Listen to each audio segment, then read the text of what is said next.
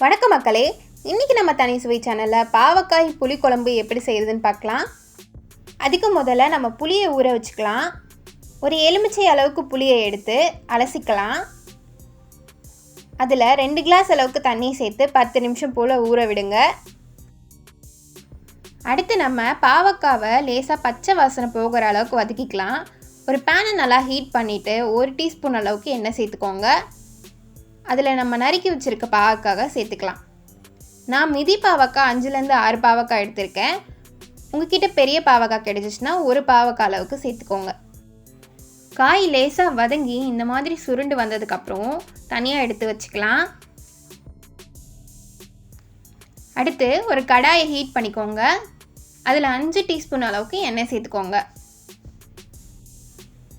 எண்ணெய் கொஞ்சம் சூடானதுக்கப்புறமா 1/2 டீஸ்பூன் கடுகு உளுத்தம்பருப்பு, 1/2 டீஸ்பூன் வெந்தயம், 1/2 டீஸ்பூன் சீரகம் சேர்த்துக்கோங்க. கொஞ்சம் பொரியட்டும்.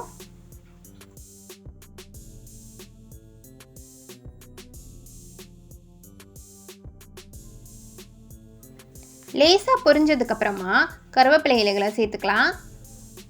கூடவே 10லேருந்து 15 சின்ன வெங்காயத்தை கட் பண்ணி சேர்த்துக்கிறேன்.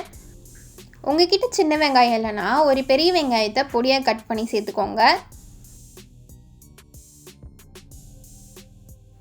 வெங்காயம் லேசாக வதங்கினதுக்கப்புறம் ஒரு 5 பூண்டை தட்டி சேர்த்துக்கலாம்.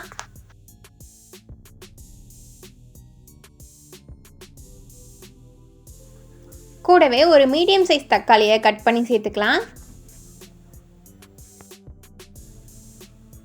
தக்காளி லேசாக வதங்கினதுக்கப்புறம் 2 டீஸ்பூன் அளவுக்கு குழம்பு மிளகாய்த்தூள் சேர்த்துக்கலாம்.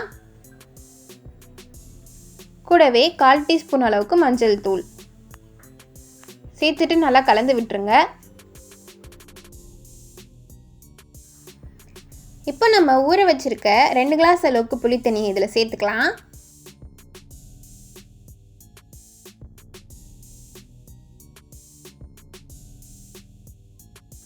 கூடவே 1 கிளாஸ் அளவுக்கு தண்ணி சேர்த்துக்கலாம்.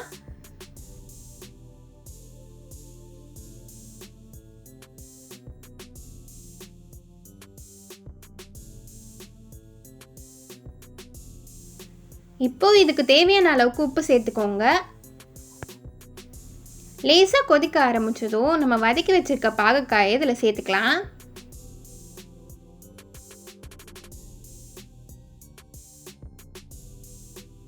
சேர்த்துட்டு கலந்து விட்டு மூடி போட்டு மூடிடுங்க. ஒரு 10 நிமிஷம் நல்லாவே கொதிக்கட்டும்.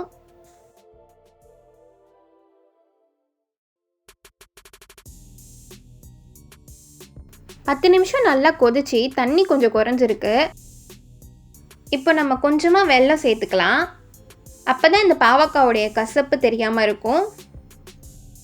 சேர்த்துட்டு கலந்து விட்டுருங்க. கொஞ்ச நேரம் இருக்கட்டும்.